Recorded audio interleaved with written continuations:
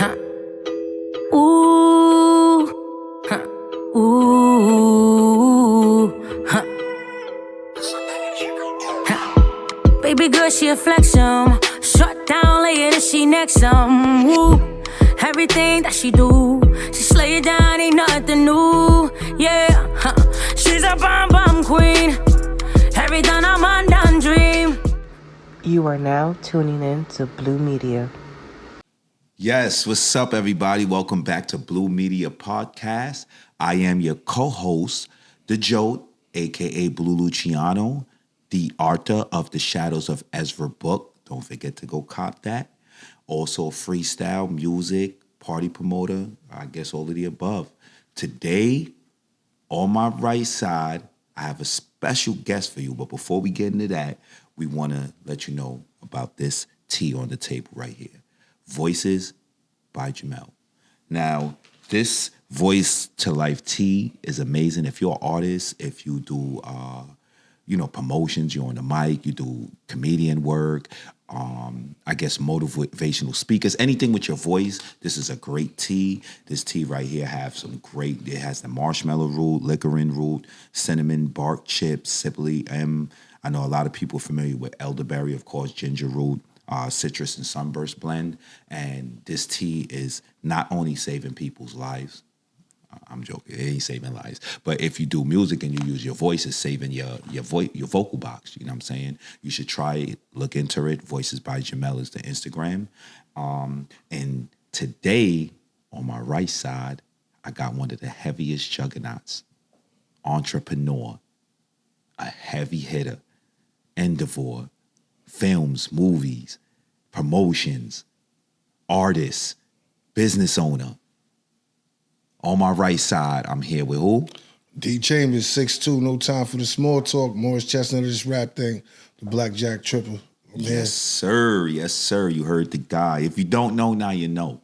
And you should know. Tap in. Now, 𝐂𝐇𝐀𝐌𝐁, I wanted to tap in right away because I'm from Brooklyn, New York. Okay. You know what I'm saying? And the thing about it is that the part of Brooklyn you from is like, I perceive that to be like, me growing up in Brooklyn, where you from is like the back. To me, it's like, oh, it's so far away. Well, some people say it's the last stop in New York, but who's to say it ain't the beginning? Yeah. Can you let the people know what part of Brooklyn, New York you're from? I'm from Coney Island. I'm from Neptune 36th Street, Brooklyn, New York. For the people that don't know about Coney Island, what's so special about like Coney Island as far as like, your environment you come from? Is there anything else that people... Well, it's very unique because a lot of people would assume Coney Island, and this is assuming for the amusement park or, for the new features that's been out there, to the new tourists, to the new people it's gentrified. So a lot has changed, but what makes it special about Coney Island, that for many years we was known for one thing, and now we're finally tapped into the industry, and people are getting a load of new talent outside of just basketball players and the amusement rides. So you see a lot of guys like us giving visuals of what's really happening out there and how far you have to go to make it, or how bad you want to achieve things in life. So when you see and you get on a train or you drive, you like, wow, you really came all this way from here to get to there, and it's a consistent thing. So it's a lot of special things about it, but most importantly, we buy that water. Can't beat that. By that beach water. Yeah. It don't get cold over there with the water. It's always 20 degrees less anywhere else. I may be exaggerating, but I'm pretty sure some nights it could be 20, guarantee you it's 5 in Coney Island like that. So tell us more about the warrior mentality and what that means to you. Warrior mentality, that really came from, it was a time where I used to just wear nothing but the warrior shirts. Warriors from the movie. So a lot of times I try to incorporate everything with just using the warriors, just in repping Coney Island to the max. But when you try to get into business and you start dealing with infringement, you realize why Clef owns some of the DJs, and then somebody in Cali owns some of the word because of it's in the movie. So warrior mentality is 100% mine. And the mentality is a mind frame. It's like you can have that ambition and move like a warrior. People like the aesthetic of going out there swinging swords, taking over stuff, but you got to have the mentality too. Yes, sir. Yes, sir. And you also do promotions aside from all the different, juggernaut things you do in your, your field or whatnot. Promotions. What It seems like you may have started in. Tell us what you started in: music, promotions, like. Well, shit. Started on the like any other story. Like it started on the block. So once I realized. When Nas said this rap game reminds you of the crack game, I didn't understand it at first. But everything's for sale.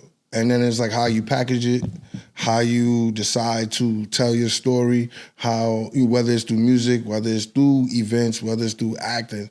What I learned was I got tired of asking. That's where the promotion came in at. When I came from an era where you had to sell damn near 40 tickets to be a part of a 3-minute show. So you have to sell, you probably giving the promoter at that time $700 plus $100 to be a part of it. You probably kept $200. So by the time you traveled, you had nothing. So the promotion part came of it.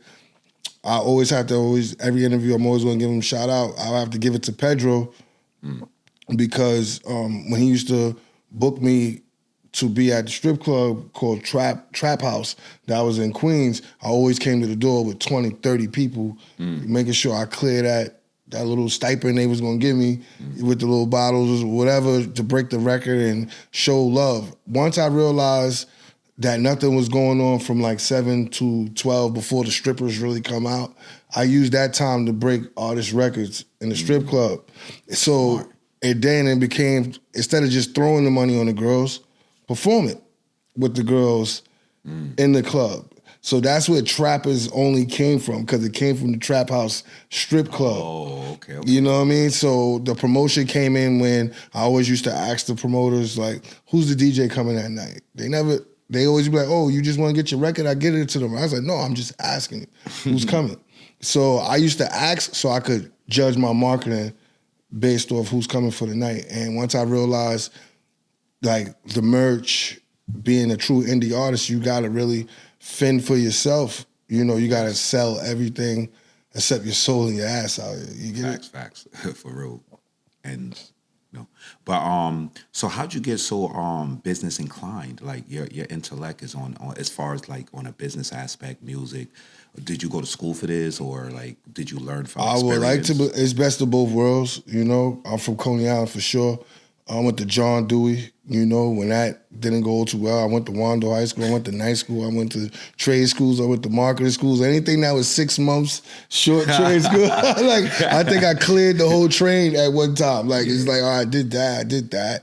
It's not a job I didn't do. I did construction, I did electrical, the cable, you name it. But I was always a hustler first, So when I say that, meaning I always knew there's a bigger plan, there's an easier way to do things. And I think, sitting in prison in the whole 07, I was like, I'm a little smarter than this. Let me figure out how to repackage the package and attack this game from a different angle outside of just music. All right, so I want to ask you about No Time for Small Talk. Tell us more about that. No Time for the Small Talk was a slogan I used to really use when I used to be around all the battle rappers. Of course, I was NYB with me, Mav, Hollow, Cortez, Hands, Bless. And, I come from the smack culture. Nice. Did I battle? No. But was I part of all the ciphers and disrespecting all the battle rappers? Yes. I was 100% part of that. And so, every time, when Mav battles or Cortez was battling, it seems like these battle rappers always had my name in their mouth. So a lot of the times when I used to come outside the event, I'm used to be like, yo, man, I'm D.Chamberz, no time for the small talk, man. I don't even want to hear what these battle rappers are saying. And somehow the slogan was really like how I live in real life. I hang up the phone fast. I really don't like talking on the phone too much if it don't sound like it's making any sense. And I was just like, I don't got time for the small talk. So it became a radio show eventually. So I used to have, at DTF Radio, my man Comatose, he'd be like, yo, you should do this. It'll go with Trappers Only. And it was just another incentive for artists to have. So when they do the show, they go automatically get the radio interview. And a lot of times I always had artists and influencers and people of substance at DTF Radio, you know what I mean? So No Time for the Small Talk was like cut to the chase. What's really going on? And DTF Radio was a heavy hitter. I remember. Yeah, shout out to Mark. Mark believed in me too, because like when I brought it to Mark, Mark was like, "You gonna do? You sure?" And because I always was standoffish. I always used, when you in that world of music, you think you don't want to talk to nobody. You just want to focus on what you focus on. But really, I powered up more, extending that extra hand, whether it was the show or whether it was radio. It created another conversation. So let me ask you this. With your, as far as like your promotions, party promoting or whatnot, or club promotion platform, you've opened up a lot of doors for other artists, well-known artists that's actually coming up in the industry. It's like, how do you build those relationships? How do you feel? A lot of times those situations come to me, pause. A lot of times that happens, right? Shout out to 𝐂𝐇𝐀𝐌𝐁𝐄𝐑𝐙 again. I remember when he first was pushing Fivio Foreign. Yes. A lot of the times when Fivio Foreign, like I didn't know who these guys was, but I heard their name and I was in 906 Music. At that time, I had the song Shake the Block with Uncle Murder. I was working with Power at 906 Music. So somewhere in between that bracket, there was my music getting shopped to like E1, 300, Orchard. This is before the pandemic. This is like 17, 19. And 𝐂𝐇𝐀𝐌𝐁𝐄𝐑𝐙 would be like, yo, these kids are from the 9. Let me tell you, these guys gonna be stars, whatever. So me, I used to just always leave slots open for them to perform, whether they was coming or not, whether it was Gino, Bino, Favi. Later on, it became Ethan, Sosa. That's how I met them along the way. You get it? But am I from their neighborhood? No, but I always have fun being around them because their energy is unmatched. Yes. I don't think the industry was ready because I remember when I first, you could look this up on YouTube, it's Faces in the Crowd at SOBs, D.Chamberz, right? Yep.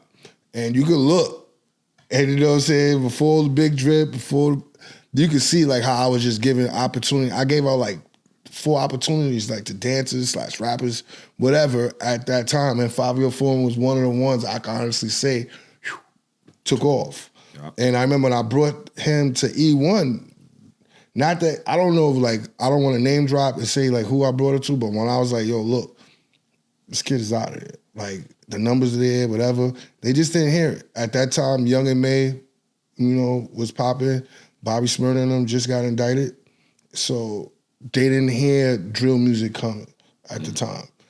But I was aware of it, and anybody that knows like, yo, 𝐂𝐇𝐀𝐌𝐿 was bringing them to Trappers Only. 𝐂𝐇𝐀𝐌𝐿 was doing the footage, driving them around, and then there's other artists, tons of artists, but as far as the biggest artist, I would say Favi was the biggest. Definitely, I worked with 𝐂𝐀𝐌𝐿 in a lot of projects, who's responsible for who we'll have on the show pretty soon. But right, and a lot of times, the reason why I say his name a lot because I be feeling like he get left out of a lot of conversations. He does, and he's a very strategic guy. We laugh on the phone for hours about male and females. Like, there's so many moving pieces we put out there. Yeah. And we know, because was like, yo, they don't know what to do next. Should we call her? And he was like, nah, man, we already know what it feels like to get left. You get it? Not saying left, but we already know what it feels like if you don't have your business in order. Because you can't blame nobody but ourselves. You know what I'm saying? So if we had our business in order, we wouldn't have these type of but everything is in good standing when we all see each other, sort of love. But I know the people that play with business, they never get left out of nothing. Yeah. Because that's another thing you got to understand is business. It's not about your talent, your music. It's all business. But now getting back to all business, working with Bobby Trends, Fred the Godson, rest in peace. So let me just tell you about the Bobby Trends thing. Shout out to J. Obama. That was a marketing play where everything trying to work all at once. So like when Bobby Trends, he had to Shake the Block DJs. That Shake the Block song was supposed to be a jingle for Hot 97. So when I did it so it could get played on Hot 97. Because at that time I had the song on my 1-2 with Fred the Godson. The second one was Shake the Block. And I was like, J. Obama knew Bobby Trends. I'd be like, who else would play this record? It makes sense for him. So when we get it, we submitted it to him. But I think he had his own Shake the Block artist, whatever. But nothing could stop what me and Uncle Murder was doing. It was like, I didn't even care. So like whether we got the radio play or not, from him, I got the support to where he used to bring me out to different clubs and be, Shake the Block shirts. So it was a lot of confusion. A lot of people thought I was signed to Shake the Block, but the truth is, I was just enjoying the ride. Bobby Trends is over here, we over there. Like, I was just trying to just get out there. I was beating that Jag to pieces. Like, I used to burn the tires out on that Jag, just getting places. I remember things by cars that I had. So you probably realize that in this conversation. Like, I remember things by the cars that I had. In the Jag, I used to always have car issues, and we always used to have to be somewhere. And when you deal with guys like Bobby Trend, they set don't start till 2 a.m. Like, cause they're like the ending DJs. Crazy. So it's just like, imagine you not doing nothing all day, but you wait until 1:40 to get in the club because Bobby Trend's about to walk in, and God forbid he walks past you. Shit, you're stuck outside. Yep. So for a lot of people out here that's trying to get onto this promotion thing and learn more, and even if you're using your music to use that as a platform, some of the flaws or the obstacles along your path, what could you tell the people the don't do's or the... What I do notice is, it may sound very selfish what I'm about to say, but your friends will leave you broke. And when I say your friends leave you broke, because you can have a great thing that you want to invest into, but then sometimes, you worked with these guys, they supported you, you support them, and strength is in numbers, 100%. Yes. But some of these things cost.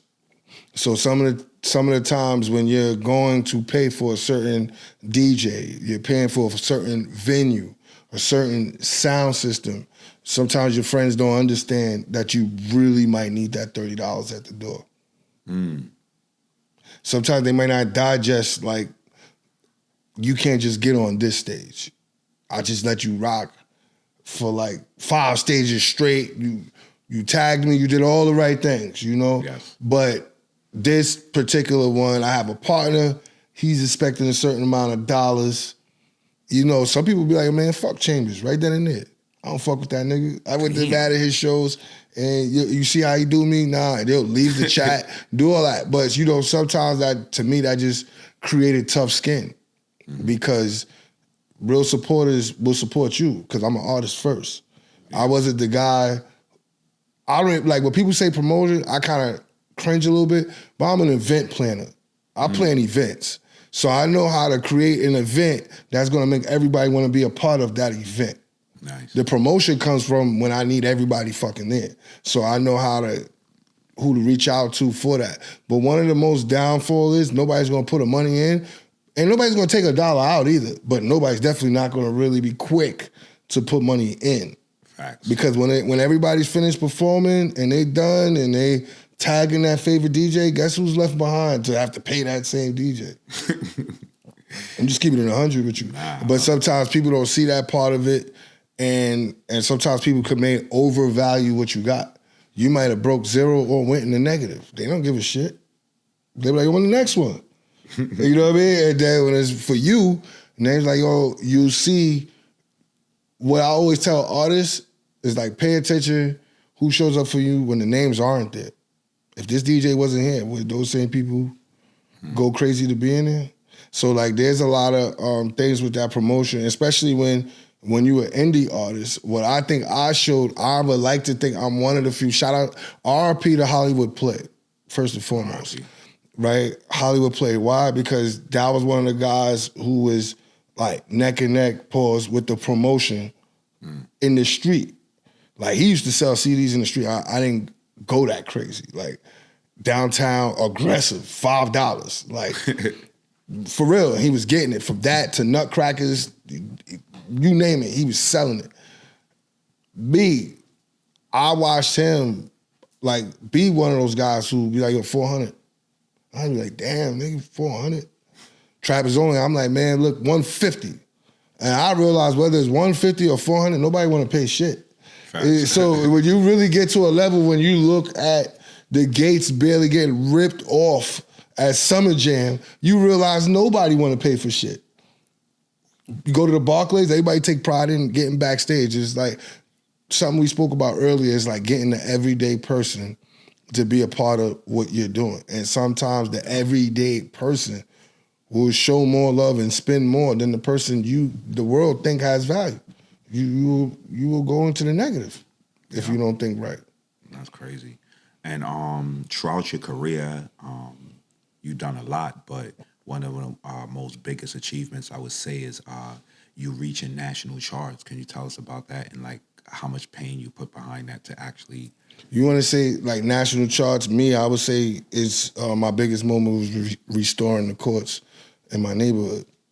Oh wow! Yeah, Tell us about that. yeah, because the courts was condemned. It was no rims on a basketball court, and I'm talking about for like close to 9-10 years of just kids throwing rocks at each other, and oh, wow. And I went back and I kind of like went the extra mile to talk to the owners of the building, because then I later learned that sometimes management just didn't want them there. They figure if there's no sports here, everybody just will just stay dumb and just be moving all around. Me, I'm on my 4th summer basketball tournament this year. I did 3-on-3, C-Rise B-ball, gave out bread to the adults, trophies to the kids, book bags, bought DJs, all the fun stuff that, like I said, some people don't realize Coney Island is growing daily. It's a lot of stuff that's common to the everyday person downtown. It's not common for us. So like when we used to come outside of our building and there's nothing there, now I go out there, there's kids out there practicing, there's kids on the court. When I went back, I damn near felt like Joe Clark and Lean on Me. I swear to God. It's like, they throwing the chips right on the floor, they spitting all over the place. It was just like, the hood don't need another gangster, it need a hero. Real shit. And then I just like took that approach. So it's like more militant than ever, because now when I go out there, it's kids like, oh, you got the tournament again this summer? I'm like, yeah, I got it. And the beauty of it, we stood behind all the high school players. Like shout out to Jason, his name's Sensational J on Instagram. Shout out to Jacob. Shout out to STBJ. He's an artist. He's a ball player. He's an artist. Those 2 kids I named are in college right now, going crazy. Nice. And they was in the C-Rise 3-on-3 tournament. Shout out to my dude Zay. And the same team that was part of what I created, I was crazy enough with my man Forever Paid Productions, my man Flex. We put that same team in the N1 tournament that was at Coney Island. So that's just a whole nother level. Like, I'm not ready for that yet. Shout out to Leaky Roof, you know what I mean? He got on board, he rocked out with us, showed us that N1 support. But the 3-on-3 thing and rebuilding the court, I would say it's nothing like sports in the hood and being known for it. Like, you can't take that away. Do you play any sports yourself? Of course, I do. From Coney Island, I do everything, man. I think I'm a late bloomer to everything. I was always like good in basketball, but I didn't go to a basketball playing school. I went to John Dewey. But look at today, Spike Lee went to John Dewey. What am I doing? Movies, writing. I learned like all of that stuff there, and now I go backtrack. All the signs was there to head this direction where I'm headed. I want to ask you a quick question. Trappers Only concert. What does that mean to you, and are you familiar with that? Can you tell the people that don't know about that what it is, how could it help them, and what it done for you? Well, Trappers Only, that is like, it's a way out. For anybody who's like cutting corners in life, I'm proof that you could go from that corner to the stage. If you look on the stage, it's all trappers. We all here, all that tough Tony stuff is out the window. We all here to do music. Yes. You can't be that tough if you want to do music. You got to read, write, shake hands. You got to talk to people, even smile for the camera. So if you really want to be a murderer, just go to the army. But Trappers Only is for people that want to shine, women that like hustlers, and come on out, have a good time. And Trappers Only don't mean you just have to rap. Maybe you selling clothes. Maybe you selling hats. Maybe you selling, shout out to, they're gonna kill me. I'm gonna get a Smart Connect. Because maybe you selling the taps on the phone where you can tap the phone and get all your social media info. Whatever you selling, make sure this is the legal way of hustling. Trappers Only is the legal hustling what you love doing. So you got a lot of platforms that like not only help artists, it could help fashion, it could help anyone in the business. why are you so intrigued with helping others? Like, you're helping the youth. You're, like, what intrigued you to help other people? You know, years later, it may sound spooky when I say this. I did go to a spiritual advisor when I was facing another state bid in the Bronx. I thought I could get away with it. Yeah. You know what I'm saying? 2016, I'm song on the radio, Big Sherlin. These things cost money. I need another Sherlin. I need another thing. There's no, whatever. Wherever people think the money come from, they don't know. You know, sometimes I always thought that was the way to get it. So when I was fighting another drug beef, I was on 161 in a program. And it's one of those spiritual readers was like, yo, you weighing a lot, you have a lot of energy. And started talking some stuff to me. And when I started to invest into it, I realized, you know, I am a warrior. I always wonder why I'm infatuated with this. Because there's, you know, there's kings and warriors, right? Yeah. A warrior got to fight every day to be a king, but a king got to fight every day to prove he's still a warrior, right? So when you realize that, you realize you could be a healer. You may be a king, but my job is to make sure the world knows what you're bringing to the table is worth listening to or whatever. Because when you realize, when you're watching so much people of power and substance become kings, and it comes back like to the tribe where it starts from, it's like, yo, I'm a king too, but in my own form, but I'm a warrior first because it's a daily fight, it's a daily battle. Nothing was like inherited, given to me. None of that stuff. So when you add all of those things together, somehow it makes sense. So you don't have any music in your background as far as family, you know? My moms used to sing Ribbon in the Sky in the bathroom. You know what I'm saying? Like my pops was like a boxer, low key, you know, Olympic boxer. I learned later on. But music came from watching like video music box and shit like that, like whatever my older cousins used to watch. Real shit. Like, cause I remember I used to really just watch 𝐂𝐀𝐌𝐁𝐄𝐑𝐙 rap. Like, it was the 90s. Coolest dude ever. I don't know about none of these other dudes, but, and even in Symphony, I used to just sit there and watch Symphony and be like, yo, he's about to kill it. Yeah. I'm gonna go with the 𝐂𝐀𝐌𝐁𝐄𝐑𝐙 rap off the rip. 𝐂𝐂𝐀𝐌𝐁𝐄𝐑𝐙 rap, that was like, I don't know what you talk about. He was like a superhero to me at like one a time. superhero. Like, 𝐂𝐀𝐌𝐁𝐄𝐑𝐌 rap boy. Yeah, so, and when you go back and look, it's like, it's the same formula. Like, it's crazy. It's just that I just think a lot of the artists from back then, everybody learned something every 10 years, right? And I think they just held the information back from that whole genre of music. So how do you feel about this, like, new generation? You speak on, like, you know, I would say 90s, early 2000s type of vibrations, but you do promotions, you deal with all types of artists. I be having drill, fun. the sexy drill. I love all of it. You love it. You love I all love all of it. Yo, because, like, this is the problem, right? Some people hate to acknowledge the new. It's just like, you know, for the people that stuck in the employee work mindset, you hate to see that dude come into work. You hate to see that dude got everybody on the job smiling.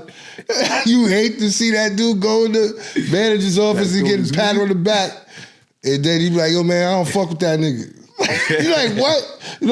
You know what I'm saying? Well, he's wrong. But this is the new guy, or it's the new guy in the office. A lot of times people don't want to meet the new guys in the office. Because, you know, it's like, I'm not training that kid. Fuck that nigga. Yo, he came late today too. You know what I'm saying? You're going to do everything to get him fired to make him look bad. Well, today in music, if you see, right, if you watch African culture, people just dancing. We don't know what the hell the music, I don't know the music. I just hear drums and I see everybody just dancing. That's how it is for me in Trapper Zone. When I'm in there, I may not know this kid from a hole in the wall, but he got everybody here moving. I done seen kids coming in and they didn't do so good the first 2 weeks, but by the third week, everybody know the words. And all it takes is that one moment when they got you on camera and it just looks like it's in your favor, they're buying into that. Yes. The thing that I'll say is just stay consistent. Now, as far as the sound, good music is good music. Genre of music changes every day. If not, we'll still be listening to blues, jazz, and disco, and house music. Obviously, how you think they felt when hardcore hip-hop rap came into the game. You know what I'm saying? That a lot of people frowned on it. But today it's like, people idolize it and, live off of it. Yes. I want to speak about some of the places you performed at because you've been around the country. You've been, I ain't leave the U.S. yet, but I definitely been in all the states. But like I said, like South by Southwest, my music is out there in like Iceland and London and Turkish. And I'm like, Turkey? Like, whatever, hey, I'm here for it. And this ain't no bots either. This is like where you can see the chart, like somebody's listening to it. Yeah. You know what I mean? Even Germany. I'm like, what the hell did I do in Germany? And Germany is lighting up for me. So whoever's a promoter in Germany, set it up. I'm coming out there. This is a fact. I'm coming out there. Frankstown, Germany, good for hip hop. Oh, see, Frankstown. Sydney, Australia, good for right. They love hip hop. Japan, it's crazy. I never been. So like when I'm seeing these things on the chart, I'm like, I need to go. So like, I always talk business with everybody in these states, but of course the main hubs like Atlanta, North Carolina, recently more South Carolina, Orlando, Tampa, then Miami, Cali. Like in that order, it's like consistent. Nice. And in between there is, of course, it's like Connecticut, PA, in those rural states, DMV, they heating up. Like this is I'm speaking for me. I don't know about like, every time when I go back and check the charts, those are the towns I see tuning into what I'm talking about. Let me ask you a question. Traveling around the country, could you name maybe a few states that you feel like love your music the most and they rock with you and you realize like Texas, South by Southwest. One of the biggest experiences I had ever. And it wasn't like I was part of the Wu-Tang reunion tour by like Ghostface and Raekwon. I don't even know how it happened. Allhiphop.com, nice. all hip hop, DigiWax, South by Southwest, Raekwon, Ghostface. Go check the game tape. I had the whole crowd, 5,000 people saying shake the block. That's why sometimes I think the pandemic, everybody that knows, everybody think that if you was rolling dice, you would think I was out of here before the pandemic. All the cards was in my favor.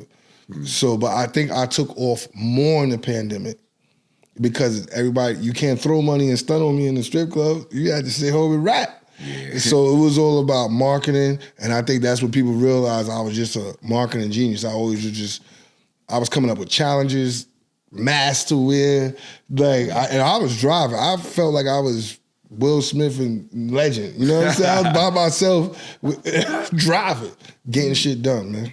When you say driving to travel to state to state, everybody had masks on, whatever. I probably caught COVID twice, bro. Like.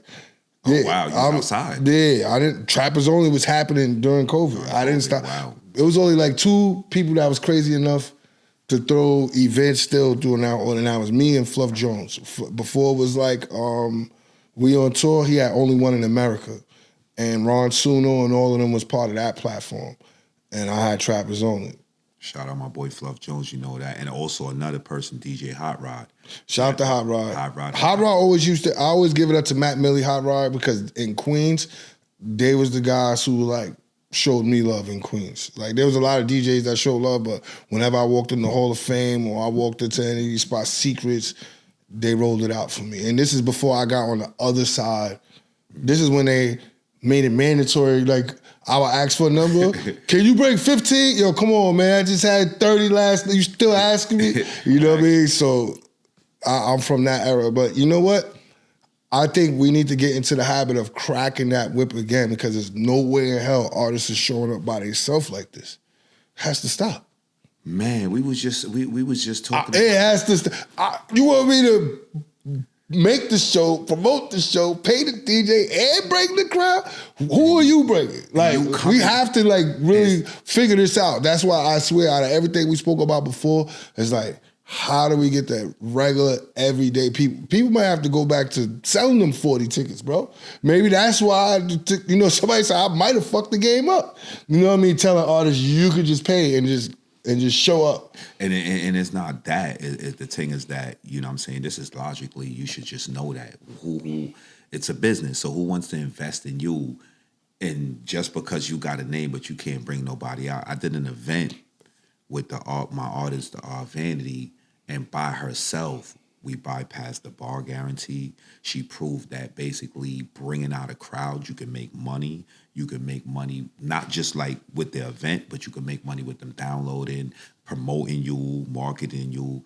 And I just feel like some of you artists, if you can't bring 5 people out with you, just 5 people out with you to pay a $15 ticket or it may not be the industry that you want to get into unless it's a hobby and you don't mind wasting money.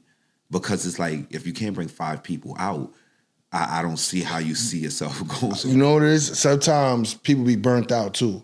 And not everybody has $20 every day. You know what I mean? I get it. You know, so whether the event is $20 or $30, but what I grinds my gears, people know what they want to spend money on though. Exactly. Because you could have that same event and 2 days later they be like, yo, such and such is gonna be at this spot and such and such, such and such. People it's the top thing to do on the to-do list. But to support the same person that, I don't know, I just think a little weird. I just think some things need to change. We did speak. A lot of times artists have a weird way of trying to thinking the people that are behind the scenes are against each other. We're laughing behind the scenes. We all talk to each other. I can say that to the camera. We all talk to each other. It may be very competitive. We are smart enough to know now, like, if I see you got a night, we're just not going to do it. Stay off it. It's like, stay off the block. Like, this is what's happening today. You know, and if we didn't know it, we work around each other's schedule. We cross-promote each other's platform. Sometimes an artist don't go right with you. He's going to go right where he thinks this guy don't mess with you at and try to channel everybody over there. But not knowing the difference between, I'll speak for me, is that I was an artist first. Yeah. So when I'm not the promoter looking for artists, I'm an artist, or my friends do music. So I say that to say this. I know what an artist want more than a promoter. Some promoters can't see past artists' dreams. You know, some people think artists just want to perform, rap, and stand on couches. You know, artists is a little more passionate about it, but to a promoter, he's like, how can I double the money I spent? And that's it. Yes. And when you realize that part of the game, you're going to show more support. Like, yo, damn, that dude did put up the bread. Why do you think when they try to go back and do it, they can't do it in the clubs that I do it? Either you got years of relationships or you better have some money. Yep. And there's no in-betweens. So in this industry right now in New York is to me is up and down. And it's like I said, it's heavy hitters like you guys that's keeping it alive by the these events that you have. And is there any event that you have coming up? Any future events that people should want to? Well, obviously everybody. Well, if you don't know, I've been working on movies. Shout out to everybody that supported me through the web series, through the Ways of the World's a web series. Shout out to Got Murder with Brooklyn Way. Shout out to Free Rude Boy that had me in the cycle. So everybody knows I'm in Pale White Horse movie on Tubi. I'm in Will You Marry Me? Next is like Girl in the Closet. That's directed by Maddie Tosca and Leisha. Oh. And The Bag. I worked on like 6 movies that's supposed to come out this year. I worked on 6 movies that's coming out this year, and I actually wrote one and put the money behind for one of those. It's mine. It's called Him or Me, the movie. It's a love drama thriller. And I'm already in the mindset of what's the second and third movie gonna be about, because it's new. I feel like a new kid on a basketball court. Like, they don't know that could drop 20. You know what I'm saying? Nice. So it's like, that's where my mind is at. And I'm inspired by like Dion Taylor, because I actually met that guy at the HBO premiere for the movie Black and Blue. Shout out to Five Mics. He pulled me up there. And I'm just watching Tyrese, Megan Good, all these A-list celebrities. And I'm like, yo, you know what? They all have this. And they doing it. And they not rich. They not stressed. But they're getting it done. And there's no complaints. And to this day, I go follow their page. It's progress. And I think that's the space where I'm at with it. Progress. Wherever the progress is at. And that's great. And the thing about you speaking progress, that progress got you to do a project with Method Man. Yeah, Rap with a Legend. And shout out to Method Man because when I first met him, it was on set when Math Hoffa's video was Double Barrel at that time. Okay. And we all was supposed to get signed to Shady or whatever was supposed to happen at that time. But he did the record Double Barrel, so I met Math. And then he did the record with Core. And then on set with China Mac is when he was like, Chambers, why we don't have a record? I see what you're doing. And I was, I'm the guy with the car. I'm always the guy that's driving, really not saying much, thinking everybody know what I do. And you really, nobody don't know what you do because you got to tell them. Yeah. And so like Meth actually brought that out. It was like, yo, I see what you're doing. You from Coney Island, let's do it. Staten Island, Coney Island. I swear that same night, I got that record done. I went to Loud Studios, my man Ali. I said, Meth wants to do the record. Let's give him something that's undeniable. We sent it to him. I swear to God, the next day he had the voice note. He had the voice note saying his bars. He was laughing. I'm like, is this happening? And he's on Power while this is happening. Oh wow! And so when I'm watching him on Power, I'm like, yo, I can't believe this is happening. And then when he came to Coney Island, he actually made sure everybody put on masks. He's like, yo, I swear to God, he came in the barbershop. He said, yo, I love everybody, but please put on a mask. I'm making money. I'm on Power. I'm not trying to fuck that up. Facts. And that was the first time I see nobody back talk, nobody in the fucking Coney Island barbershop. Everybody was just, I looked around and said, this is Method Man. Yeah, man, I was thankful he came to the neighborhood, showed love. Benny the Butcher came right after that. Nice. And even that was, this is God, man. Because this is happening in the pandemic. So as soon as the pandemic lifted, I'm thinking Majors is going to do this, Majors is going to do that. But instead of me worrying about what the Majors was doing, I had another Trappers Only show, man. That's it. I got another show, man. Y'all gonna come to me when it's all said and done, man. That's how I believe. Because one thing I want these labels to understand, right? A lot of times y'all got to put money to get 300-400 people in the building. To me, it's a text blast. Y'all got stipends. You got a whole office full of coffee runners. I could do that off a phone call. Now, the days I'm not promoting like a deal. I think I need a seat at this point. Yeah. Somebody's not pointing in the right direction who's the next hottest artist. If the streets are telling you he's had his hand on the pulse going on almost a decade, going into 15 years from the DVD era to now, and unsigned but somehow still here living off what he loves doing, obviously I got some answers some of the people that's working in the office don't. Facts. And how does that make you feel, though? Like, how I'm I know feeling right now. They probably watching you right now. No, I know they watching. Think about it. I just got over a lawsuit and overcame that. Everybody just thought it was a joke. It's not a joke. I understand business. Shout out to Soundbite Management. And that wasn't, music has been taken from me for a lot of times or been duplicated. I done remix shit, but at least I said it's a remix. I pay homage. Once they saw like me go in the Shade Room and Hollywood Unlocked, now everybody's like, oh shit, D.Chamberz is, what's going on with that? Like everything's a joke, but I was never joking about it. Keeping it real. So let's talk about Chilled Bill. Who created that and what is that about? Chillin' Bill is the opposite of Trappers Only, but the same feel. It's just no rapping. Now it's just more network. We chilling and building. Nice. So no music? Or music? You can play the music. If you got a new record, give it to the DJ. But no performing. No performing. Just chill out. You know what I mean? Because we be having influences, ladies free all night. And I always make sure it's in the Fly Lounge area. And that's the area where like I would try to get like brands, new clothes, new film directors, because some people just don't want to be around it. They love it. They don't want to be around it. I don't know if I came about you got a clothing line? Have you started something? WM Apparel. I had that since 2012. But me, I know the difference between fashion designers, clothes. Listen, I just brand clothes. I know. You know what I mean? I'm not. Yeah, I like that. You gotta tell us the difference between that. I like, to me, when you say clothes designers, there's somebody buying fabric by the yards and sewing it. They sewing it. They stitching it. They buying buttons.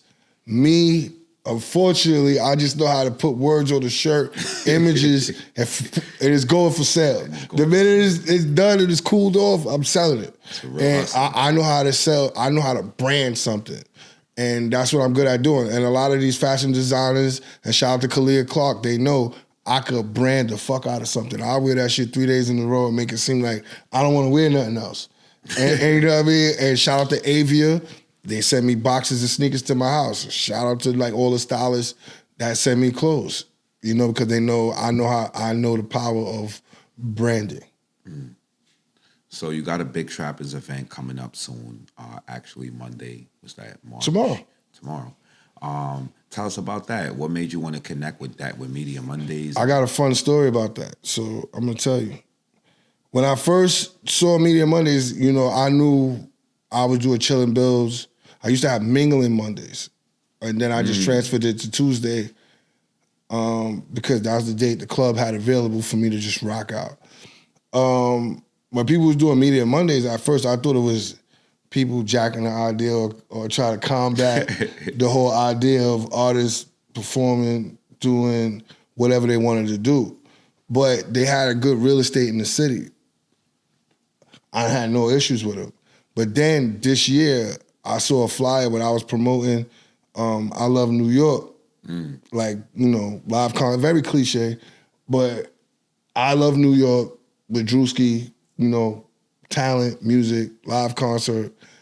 And then I promoting it for a whole month or some change. And then the last 3 days, I Love New York at Media Mondays. So, yeah, so then I just like, yo, look, I understand this name ain't too extravagant, but come on, y'all wilding the fuck out over there. So I kind of was trolling them a little bit. I kind of was like, you know what I'm saying? No disrespect. Shout out to Rachel, shout out to Kevo. Shout out to Rachel. All I saw was I Love New York, and I'm like, why now? Y'all on Monday, my shit is Tuesday. What are y'all doing over there? And that's what made me put the microscope on what was really going on. And then when I saw it, I kind of bossed up. It was like, you know what? I took the post down, sent some apology text, but that's just the old me with the hustler. Like, what? Niggas selling on the block? We going outside. And, you know, but I apologized, and it took cover, and I didn't know Shampoo was really involved with it. Like I said, Shampoo. Shout out Shampoo. I learned a lot from Shampoo. He's like one of the guys who mentored me how to get my music to the DJ. Like, you know, without him feeling like you're just a rapper. Like, you know, build that relationship. He taught me that. I'm not gonna sit here and lie. And he was just like, yo, Chambers, his son was doing an album release for all my shit. Shout out to Conan, dope video, dope song. So I was like, you know what, I'm gonna go. Shout out Conan. I was in the studio, and Cover's like, what you doing, man? Yo, me, I'm still being, them niggas, I already apologized. Can't get it off. Yeah, and they was like, yo, Chambers, get that shit off you, man. Come on. So I went, and it was all love. You know, one thing, like I said, what blew my mind is nobody paid $1. So I'm like, hold on. We just walking in? Yo, y'all really, like, hey, y'all got a good thing going on over there, man. I look at it as great. I'm like, you walking in there for free, you performing for free. Kevo and Ray. I don't know if they performing for free. Well, I don't know if they performing for free. Let me take that back. But you could walk into the show. You could walk in for plenty free. of times for free. I tell you, Trappers only, you might not be able to walk in for free. Oh, man. Y'all heard it. 82% of the time, maybe 88, you're not walking in for free unless you're a lady before 9:30. So like to see that on a Monday's a good industry day. It's the start of the week. I was like, you know what?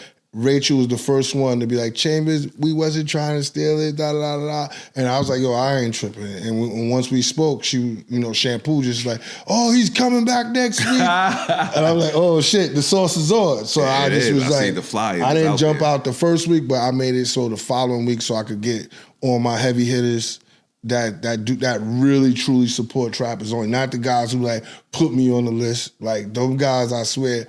I thought honking the horn behind me was a pet peeve. That's a new one for me. Like put me on, boy. You know, I put me on the list. And, like what? You know, put me on the list. Like man, whatever. Like I don't even. I see why niggas got security now. You don't even want to talk. Like you know what I'm saying? Like if you have security, I'll put you on the list. Now you mad? Like yeah. No, I'm just saying because you don't want to talk to people. Sometimes when you have you don't have security, you forced to talk to people. Talk to people. And then if you're sitting around doing it, like you got to. Yeah, you know, this is New York. They gonna walk up to you. They shouldn't be able to have that access. So that's smart. Might have to get you a number, but you gotta have security out here. Yeah, because sometimes you thinking you don't need it, and you actually do. Because sometimes you may not have all this jewelry or all this shit like these dudes, but you have information, and sometimes you just need to come and go. And sometimes people will get in the way of that. Definitely. So we coming closer to the end of the show, man. It's been like a lot of things that I've learned speaking to you and understanding more. I want you to tell the people where to find you, what you do, what to expect coming up. I don't know if you have a new music project. Yeah, I had put out Love Hurts, you know. That was dope. People love this year? Yeah, I put it out before Valentine's Day. It's doing good, like streaming wise. But I didn't get to put a video out because I'm so swarmed in all these movies. But I am going to be putting out videos to all those songs. There's some truth to all those songs on Love Hurts. So the ladies that keep calling, like, you talking about me? That real? Like, some of it is real. You know, I can't make shit up. Not too much. I know how to exaggerate, but I stick to the script. You know what I mean? Everything is like past tense or happening. And you know what I mean? Like, all this super duper other shit that, you know, for some reason I have fun writing. You can't go to jail for talking to a lady. You know what I'm saying? Like, what the fuck? You know what I'm saying? But, you know, it's a new genre. That's why I can't knock sexy drill. Because when it was the other drill, I couldn't take that either. You know what I'm saying? So pick your poison. And, you know, I just enjoy the way music is going. Shout out to all the DJs that support every sound that I put out, whether I'm aggressively mad on some New York shit or I'm chilling. But I think people really enjoy the movie side of me and seeing where I'm going, just to see, like, yo, I was, you know, to see Morris Chestnut repost something I post. Oh, I'm really heading there now. You know what I mean? Definitely. Yeah, that was one of the guys I looked up to. So you writing some of these movies or just acting? I came up with the storyline for this movie, Him or Me, and I just teamed up with the screenplay writers.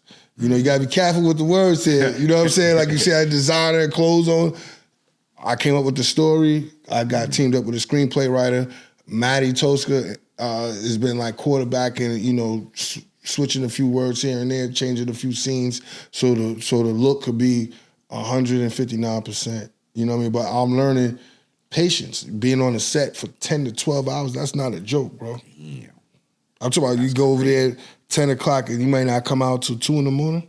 Yeah, I done seen my artist vanity on the phone, just like FaceTime and those like little meetings on the phone can last long because the Zoom, yeah, if you're doing the reading. Yeah, Zoom. Oh yeah, that's about 3 hours by itself. Boy, that's just a Zoom, and they got to keep going over the line a couple of days. Yeah, and you might not even like how the person's saying it. You be like, yo, try this line. Like it's never just ran smooth. Even like when you doing locations, you get there, you realize the refrigerator's loud.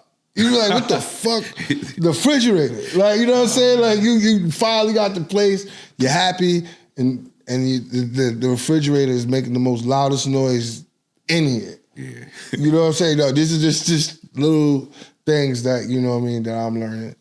And also, like, being inspired, I say if you're going to be inspired, always pay homage.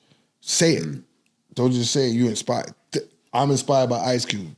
I'm inspired by, you know, people that's in this industry. I mean, how many people inspire you? Can you tell? Besides everybody that's winning. Everybody that's winning. You hear that?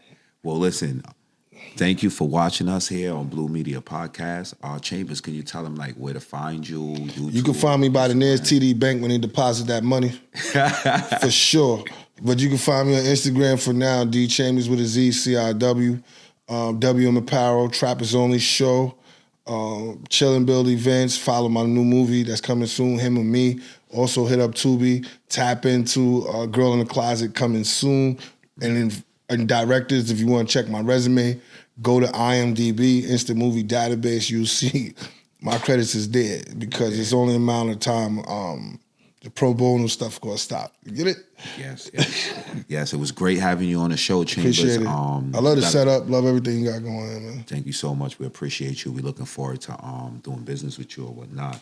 We want to get back over here to the Voice to Life T. Again, if you missed it when the starting came on, if you do music, motivational speaker, even if you're a pastor, if you got to use your vocals, this is the tea to hit. Check it out. Voices by Jamel. This is great tea, and we're going to try it out. We want to drink this at least, every morning. And I feel like if you're an artist or anything in that speaking field, you should tap into that. We got Chambers right here on the show. I'm about to tap into that. I probably sound Luther Vandross tomorrow. Start singing in this motherfucker. But yo, we appreciate you watching the show, and tap into us next Sunday when we're gonna be outside.